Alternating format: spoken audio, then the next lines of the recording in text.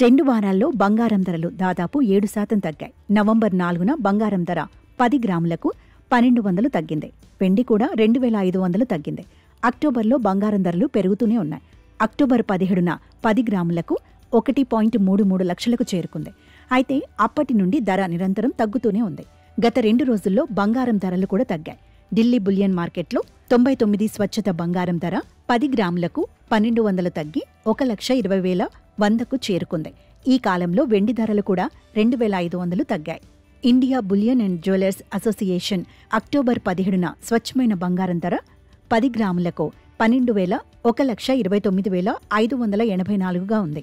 3% GST జోడించిన తర్వాత ప్రభావవంతమైన రేటు 10 గ్రాములకు 1,33,470కి చేరుకుంది. ఇది ప్రస్తుత స్థాయితో పోలిస్తే 9,371 లేదా దాదాపు 7% తగ్గుదల.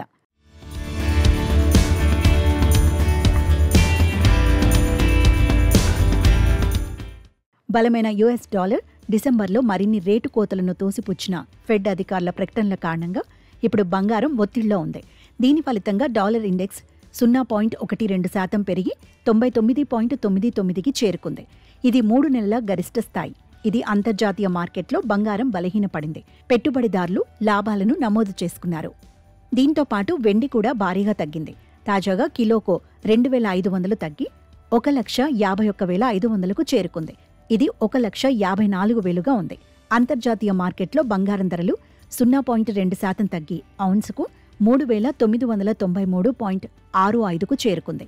వెండి దాదాపు 1% తగ్గి ఔన్స్కు $47.73కు చేరుకుంది.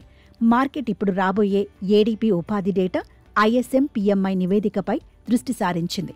అదే సమయంలో చైనా బంగారం పన్ను ప్రోత్సాహకాలను తొలగించడం, సురక్షితమైన స్వర్గ డిమాండ్ తగ్గటం కూడా ధరలను ఒత్తిళ్లో ఉంచవచ్చు అని కోటక్ సెక్యూరిటీస్లోని ఏవీపీ కైనాట్ చైన్వాలా అన్నారు.